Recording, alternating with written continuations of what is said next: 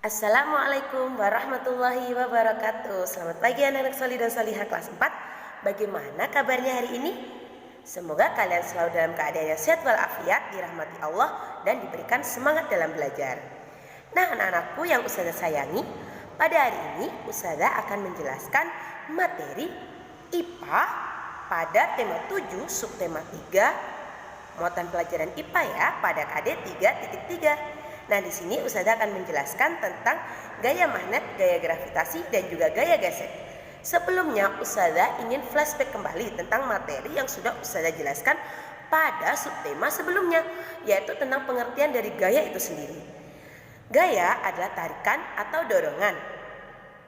Perlu kalian ketahui, macam-macam gaya, ada gaya pegas, gaya gesek, gaya listrik, gaya otot, gaya magnet, ataupun gaya gravitasi. Nah, pada subtema 3 ini Ustazah akan menjelaskan tentang gaya magnet, gaya gravitasi, dan juga gaya gesek. Oke anak-anak, Ustazah akan menjelaskan tentang gaya magnet terlebih dahulu. Gaya magnet adalah gaya tarik atau gaya tolak terhadap suatu benda. Tidak semua benda bisa ditarik oleh magnet. Ada dua jenis benda yang bisa ditarik oleh magnet. Yang pertama adalah benda ferromagnetik. Benda ferromagnetik adalah benda yang dapat ditarik magnet dengan kuat. Contohnya besi, baja, dan nikel. Sedangkan jenis benda yang kedua adalah benda paramagnetik. Adalah benda yang dapat ditarik magnet dengan lemah. Contohnya aluminium, kaca, dan kayu. Nah, simak baik-baik video pembelajaran dari Ustazah Novi ya anak-anak. Di situ Ustazah akan menjelaskan tentang sifat-sifat magnet, tentang macam-macam magnet, dan juga tentang pemanfaatan magnet dalam kehidupan sehari-hari. Simak baik-baik. Karena kita belajar tentang sifat-sifat magnet, antara lain sebagai berikut. Sifat yang pertama, magnet memiliki gaya tarik. Contoh benda yang dapat ditarik magnet antara lain benda yang terbuat dari besi dan nikel. Semakin dekat jarak benda dengan magnet, maka akan semakin kuat daya tariknya. Dan juga sebaliknya, semakin jauh semakin lemah daya tariknya. Sifat yang kedua adalah gaya tarik magnet dapat menembus benda-benda tertentu. Jika antara magnet dan benda magnetik diberi penghalang, misalnya kertas, maka magnet dapat menarik benda magnetik tersebut. Coba bisa kalian praktekkan di rumah anak-anak. Benda-benda seperti kertas, kain, dan plastik yang tipis dapat ditembus oleh magnet. Bisa dilihat ya anak-anak, ada paku di atas kertas. Sifat yang ketiga adalah magnet mempunyai dua kutub, yaitu kutub utara dan juga kutub selatan. Kekuatan gaya tarik magnet tidak merata di seluruh bagian magnet anak-anak. Gaya tarik magnet paling kuat terletak di ujung kedua kutubnya. Bisa kalian lihat gambar magnet tersebut, North and South. Daerah di sekitar magnet yang masih dapat dipengaruhi oleh gaya tarik magnet disebut medan magnet. Nah, di situ bisa kalian lihat magnet memiliki dua kutub, yaitu kutub utara dan juga kutub selatan. Selanjutnya, berdasarkan asalnya, magnet dibedakan menjadi dua macam, yaitu magnet alam dan juga magnet buatan. Magnet alam adalah magnet yang sudah tersedia di alam. Contohnya batuan yang dapat menarik besi. Yang kedua adalah magnet buatan. Magnet buatan adalah magnet yang sengaja dibuat manusia. Contohnya magnet batang, magnet jarum, magnet tabung, atau magnet silinder, dan juga magnet huruf U dan magnet ladam. Di sini Ustazah akan memberikan contoh gambar-gambar dari magnet buatan.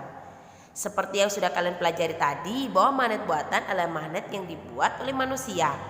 Macam-macamnya bisa kalian lihat dan juga beserta gambarnya. Magnet batang, magnet ladam, magnet jarum, magnet silinder yang berbentuk tabung, dan juga magnet U. Contoh pemanfaatan gaya magnet dalam kehidupan sehari-hari antara lain magnet pada ujung gunting jahit berfungsi untuk mencari jarum. Yang kedua, magnet pada bel listrik berfungsi untuk menggerakkan pemukul lonceng. Yang ketiga, magnet pada dinamo sepeda berfungsi untuk mengubah energi listrik menjadi energi cahaya. Yang keempat, magnet pada pintu kulkas berfungsi sebagai perekat pintu dengan badan kulkas. Dan yang kelima, magnet pada kompas berfungsi untuk menunjukkan arah utara dan selatan. Coba kalian buka kulkas dan praktekkan ya anak-anak tentang manfaat dari gaya magnet dalam kehidupan sehari-hari.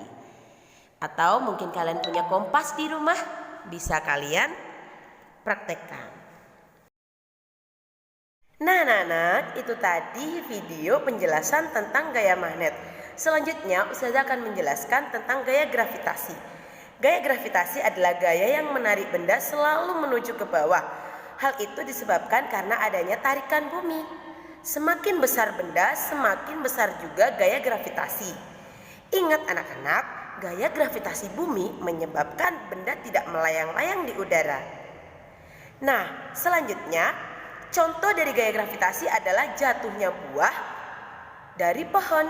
Nah, kalian pernah kan melihat buah jatuh? Nah, itu disebabkan karena adanya gaya gravitasi. Penjelasannya lebih detail, simak baik-baik video dari Ustazah Novi, dan juga video ini akan menjelaskan tentang pemanfaatan gaya gravitasi dalam kehidupan sehari-hari. Simak baik-baik. Ini adalah salah satu contoh dari gaya gravitasi bumi. Peristiwa jatuhnya gaya gravitasi bumi selalu menarik semua benda menuju permukaan bumi. Besar kecilnya gaya gravitasi bumi terhadap suatu benda dipengaruhi oleh jarak benda tersebut dari pusat bumi. Semakin jauh jarak benda dari pusat bumi, maka semakin kecil gaya gravitasinya. Dan juga sebaliknya, semakin dekat jarak benda dari pusat bumi, maka semakin besar gaya gravitasinya. Berat suatu benda tidak mempengaruhi kecepatan jatuh benda tersebut, melainkan bentuknya. Misalnya, terdapat dua kertas yang beratnya sama. Satu kertas berbentuk lembaran dan yang lain berbentuk gumpalan. Kedua kertas dijatuhkan bersama-sama. Kertas yang jatuh lebih dulu adalah yang berbentuk gumpalan. Hal ini karena luas permukaan gumpalan kertas lebih kecil dibandingkan kertas lembaran, sehingga gesekan udara terhadap gumpalan kertas lebih kecil dibandingkan yang terjadi pada kertas lembaran. Ayo anak-anak, mungkin kalian bisa mencoba untuk mempraktikkan di rumah. Silahkan ambil dua kertas, yang satunya lembaran dan yang satunya berupa gumpalan. Ayo coba, mana yang lebih dulu nanti jatuh. Contoh pemanfaatan gaya gravitasi dalam kehidupan sehari-hari. Yang pertama, saat berjalan, gaya gravitasi bumi menarik berat tubuh kita. Yang kedua, gaya gravitasi bumi menarik semua benda di bumi. Yang ketiga, gaya gravitasi bumi menarik air jatuh ke bawah. Dan yang keempat, pada terjun payung, gaya gravitasi bumi menarik parasut jatuh ke tanah. Bisa kalian lihat anak-anak, di situ adalah contoh dari terjun payung yang membuat parasut jatuh ke tanah. Pemanfaatan gaya gravitasi dalam kehidupan sehari-hari sangat penting sekali. Karena gaya gravitasi itu sendiri pertama kali ditemukan oleh Isaac Newton. Beliau penemu gaya gravitasi. Itu tadi penjelasan gaya magnet dan gaya gravitasi dari Ustazah Novi. Selanjutnya Ustazah Novi akan menjelaskan tentang gaya gesek. Gaya gesek timbul karena adanya gesekan dua benda.